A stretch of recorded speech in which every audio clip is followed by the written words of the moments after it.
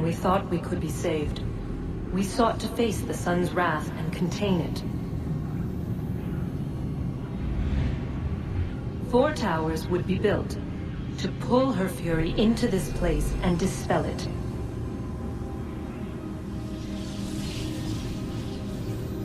But even with all we knew, with all we had, it would take too long. 1,000 years we could labor, and still the work would not be done. The first tower was never completed. The project abandoned. We moved on. But while we labored on other endeavors, a few returned. They thought to automate the process. Metal might finish what flesh could not.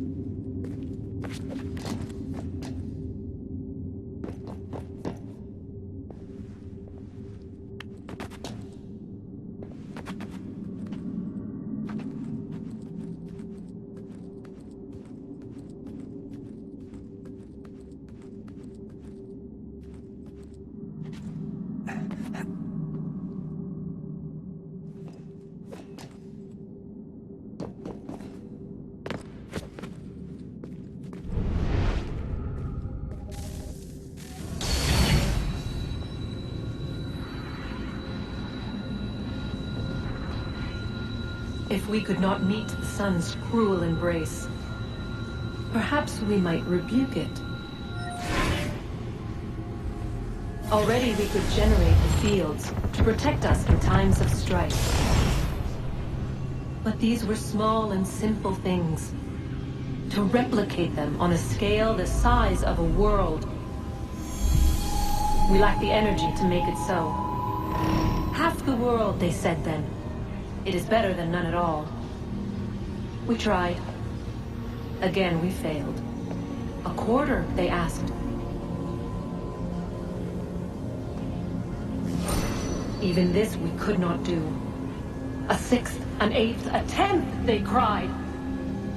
The answer was still the same. Perhaps in time a city might be spared. But it was time we did not have. So we moved on.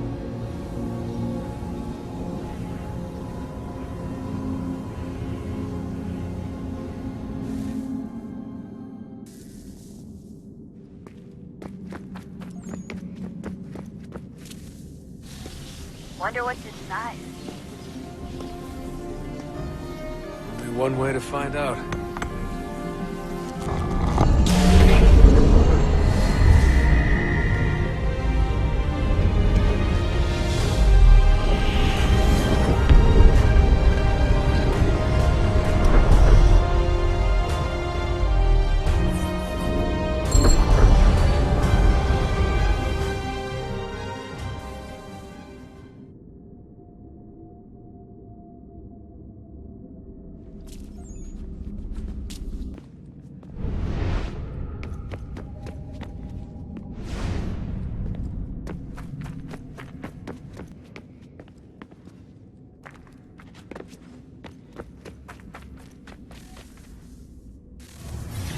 What is a fact?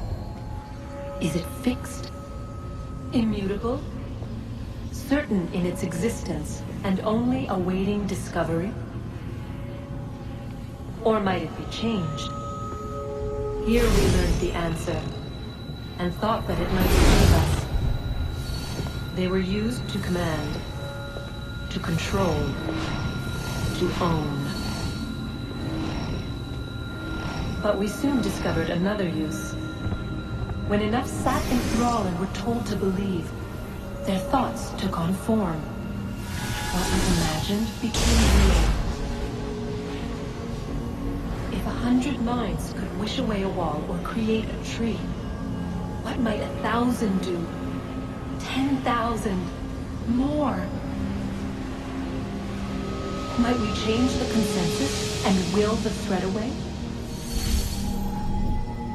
We resolved to send one into the sky where it might illuminate us all.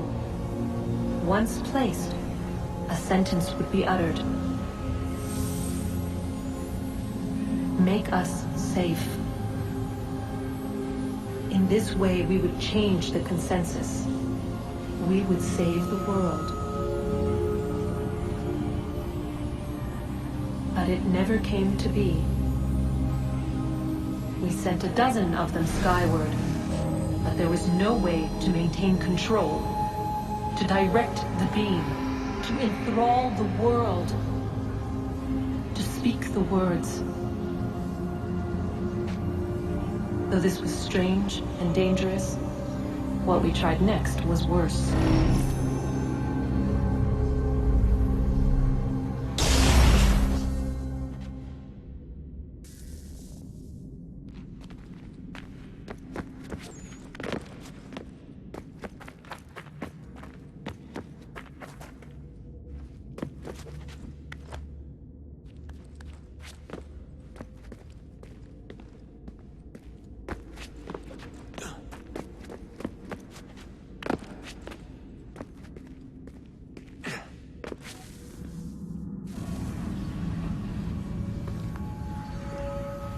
Our first instinct was to travel back, to change the past.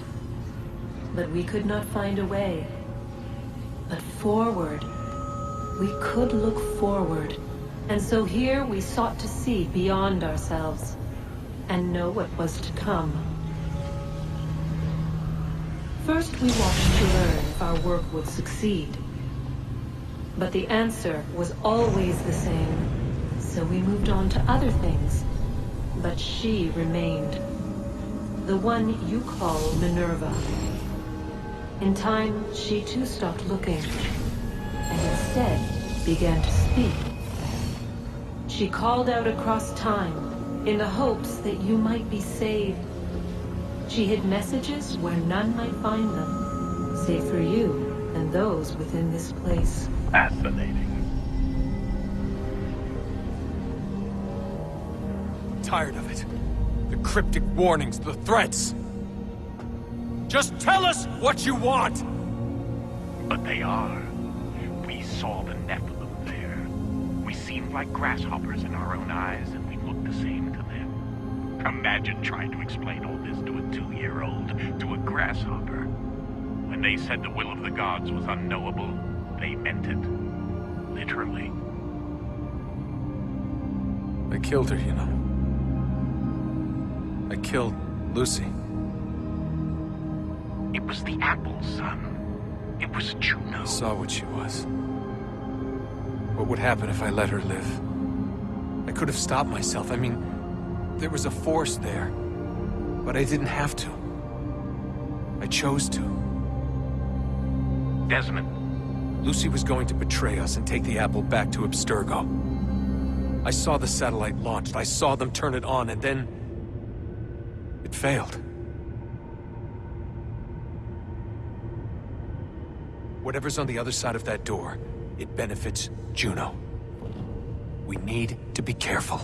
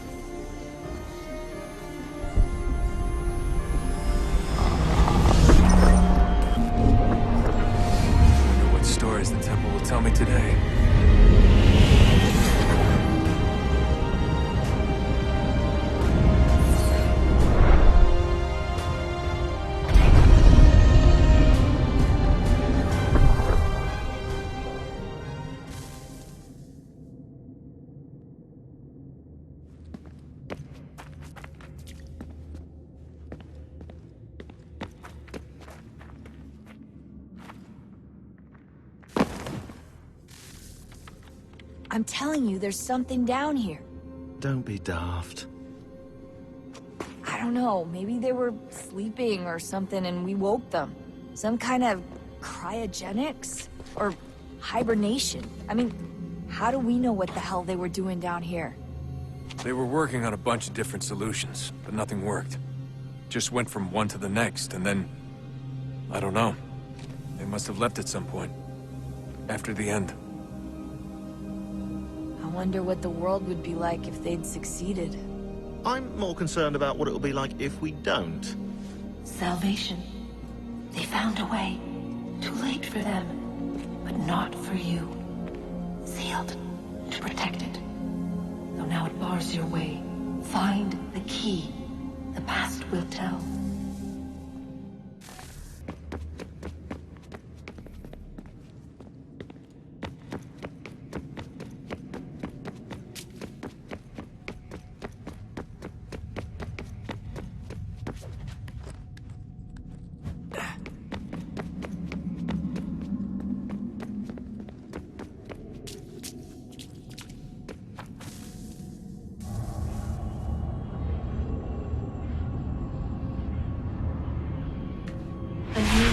Approached. One that was dark and cold. It would consume us. For we were flesh, and flesh is frail. Though suits and shields might offer comfort, such adornments would not suffice. Not to save us all. So we sought to change what we were.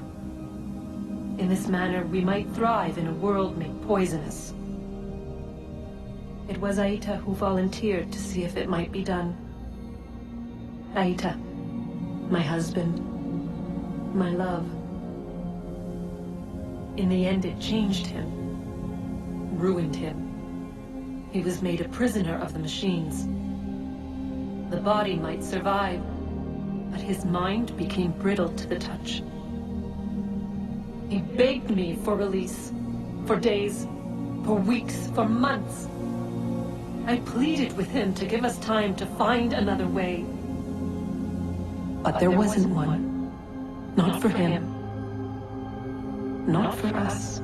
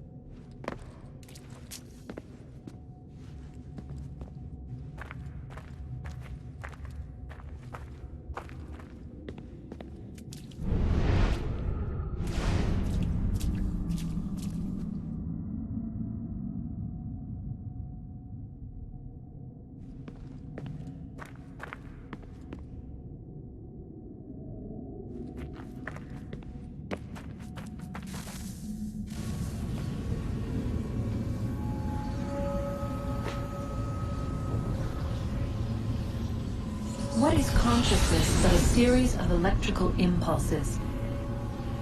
And the body a vessel to hold these sparks. But it is weak. In time, it decays and crumbles into dust.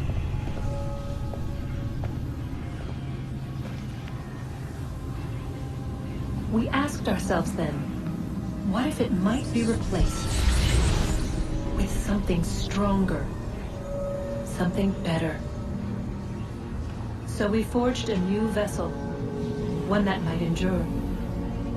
It proved easy enough to enter.